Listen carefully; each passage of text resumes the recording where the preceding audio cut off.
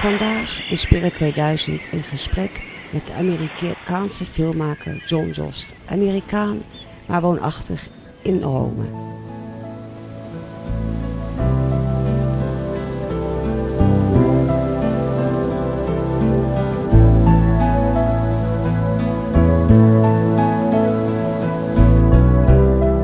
Vandaag een gesprek met Jon Jost.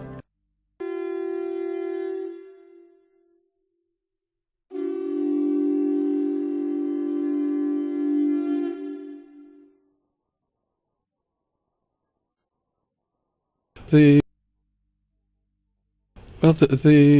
thing about Rome is that these outbursts of antiquity are all around you. They're not just confined to the Forum Romano, where they are sort of a kind of a museum, but they're all over the real city.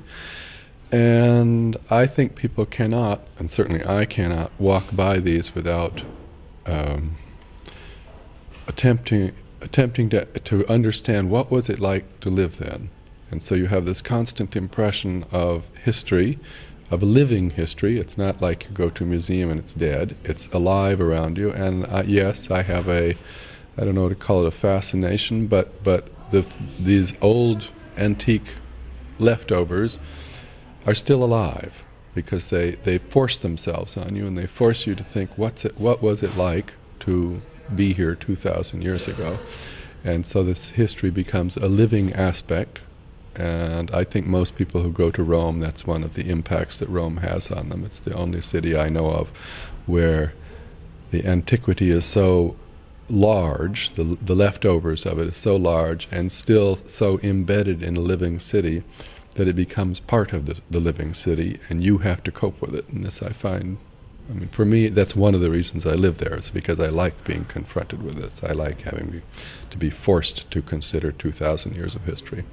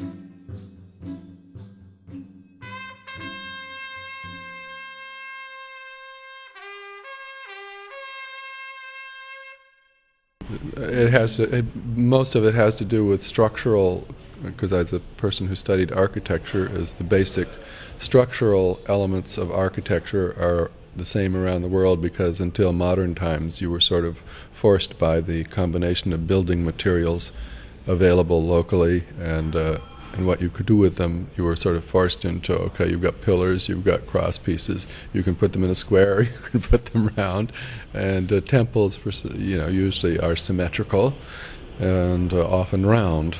So it seems to be, for the time when people were thinking in that way, that there's a uniformity.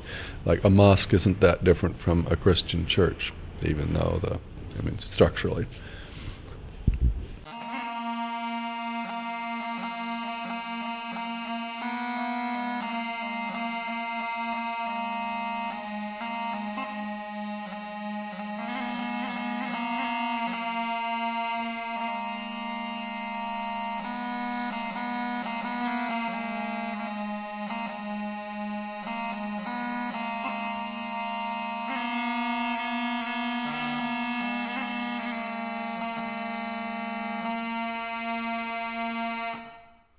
One of the marking things of Roman art is its specific addressing to personalities. Like if you look at Greek art, it's always a idealized, sort of everyman idealized. You never see a person. Whereas when you see Greek portraits, it's always very, very clear. There's no attempt to make people look better, nice, idealized. And I think that's probably, a general characteristic of Roman culture to begin with, that it accepts the wanderings of particular individual qualities, and it accepts and celebrates them, in effect. And this is an interesting cultural aspect, and perhaps one of the reasons why Rome was a successful empire, that it could embrace, because it went out far away, and it embraced the people that it colonized. So in Roman times there were people from Africa living in Rome and whatever, because they were taken in as personalities on some level equal with any other personality.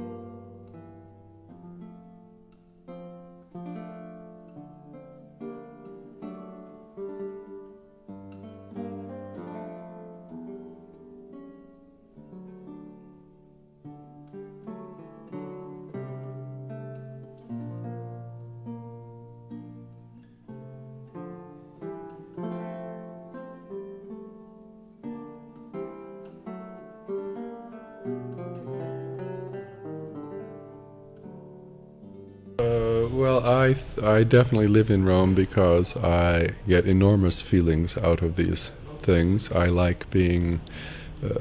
Rome is an interesting city, an interesting modern city, in that as a center for art, it's a terrible place. It's a bad place for contemporary art, which is usually explained by the thought that, well, you're so surrounded with all this fantastic art, it's a little bit intimidating. And I find it just the opposite. I go there and I learn so much by being there as an artist, because I don't just do films, I also paint. And I feel I'm learning so much in the process of being there that it's exhilarating. And I do go frequently to go look in churches, look at a particular sculpture, go see a Caravaggio and whatever, again and again and again.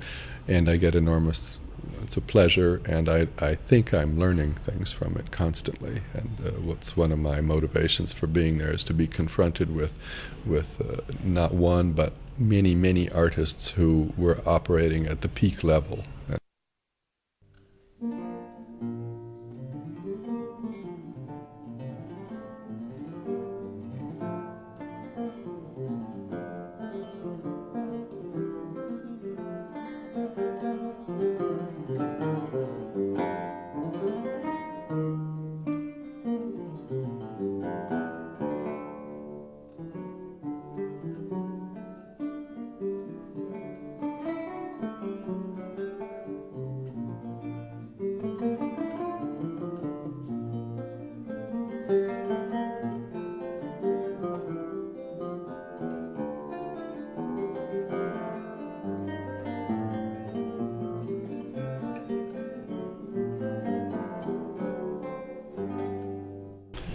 The Pincio is a rather large, pleasant park overlooking the Piazza del Popolo, and it's cluttered, quite literally, with I never counted, but there must be at least 100 and perhaps more busts, 19th century busts of various personages, including people who were not 19th century, but a lot of these people are 19th century, and then it continued on putting these things in. There's some from the 1930s even. And I just thought the park is a bourgeois park, and these busts were put there to celebrate the dignity and whatever of the figures who are there, who on one level, so you see a bust of some bourgeois somebody from 1890 in their business suit and whatever, and next to him will be of a famous Cicero or something like that, and their attempt to get the glory of these past historic figures, to put the businessman next to Leonardo da Vinci, and I was basically poking fun at their pretensions.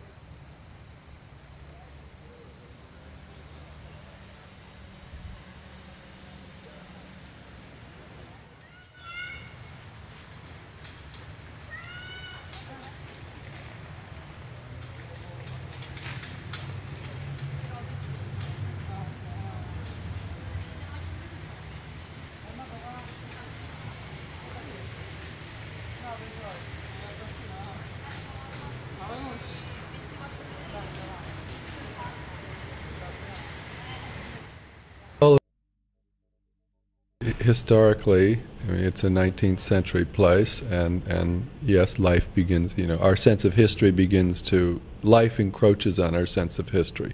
And so I just thought the appropriate soundtrack was a soundtrack of reality, because it's just the live sound of the shot.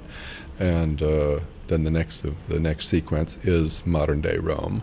And it was sort of a sequence going through chronologically, leading up to living life, right?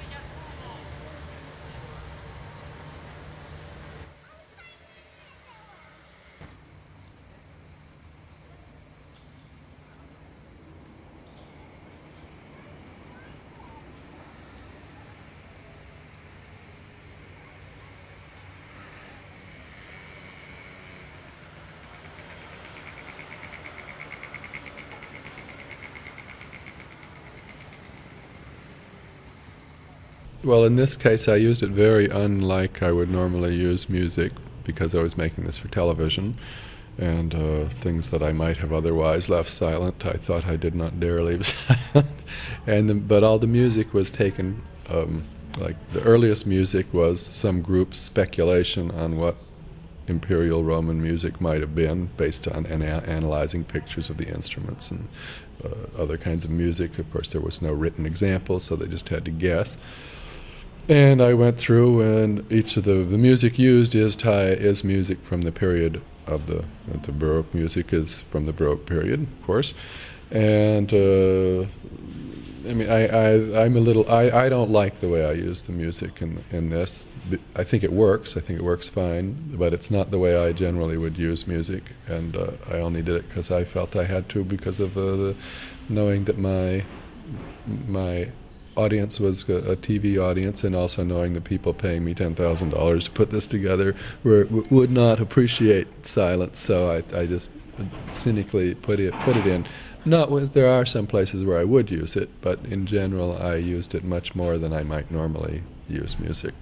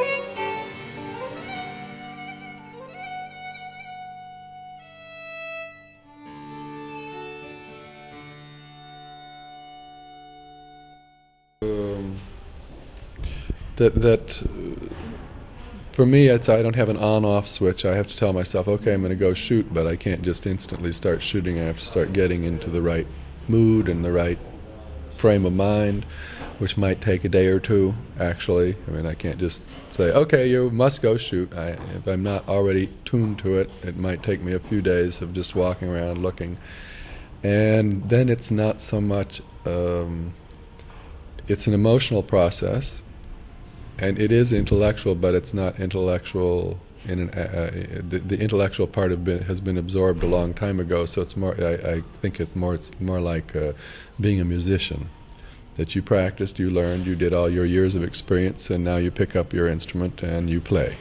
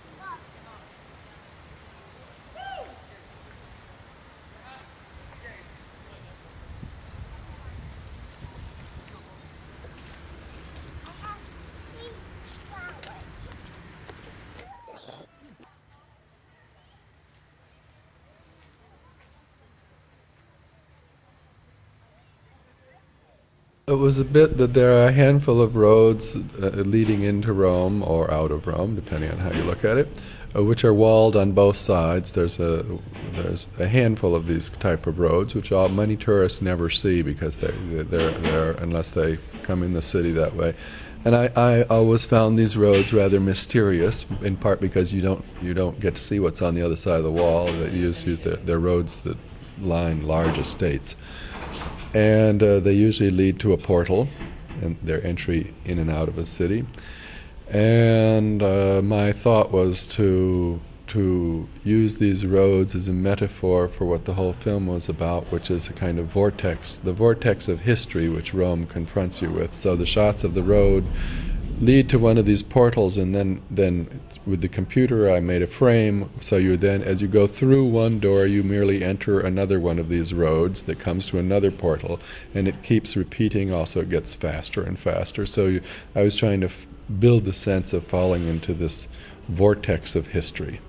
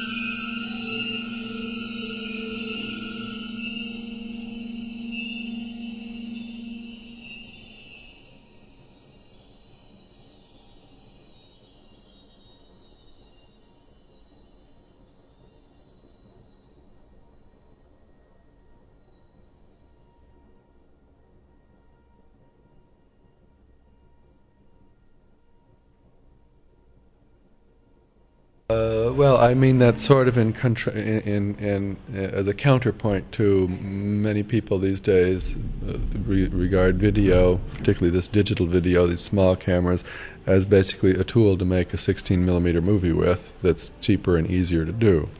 And I find the plasticity of what you can do with digital video, both in the camera if you start messing with shutter speeds and things like that, and then what you can do with it afterwards in the computer, that it lends itself to much greater purely visual manipulation than film does, and that you can in effect use it to paint, or you can use it in a very I use it only because there isn't a fair analogy. The closest analogy I can say is, well, it's as if you were painting, except you're painting with movement.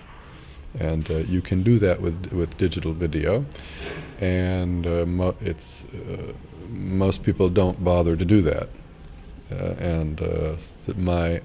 I find that my interests are mostly how to use this tool to do painterly things, not necessarily in the most, like some of the material I showed here is very painterly visually, but then I'm interested later on in, once I feel like I've understood well enough how to use the medium in that sense, then I want to bring it back and harness it into some mode of narrative use so that I can say, okay, I'm doing a film with actors and whatever, but I can start making very different visual phenomenon happen, which may be painterly, but also are embedded inside of the story. And so this, for me, this is kind of a phase of experimenting and learning so that I can then bring it back into some kind of dramatic context.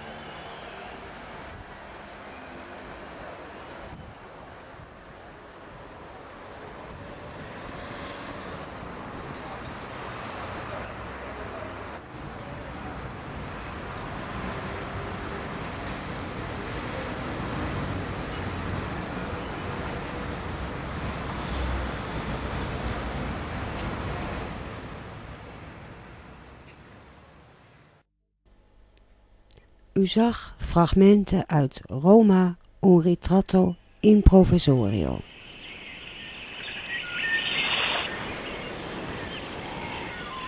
Een film van Jost John, gepresenteerd afgelopen februari in Rotterdam.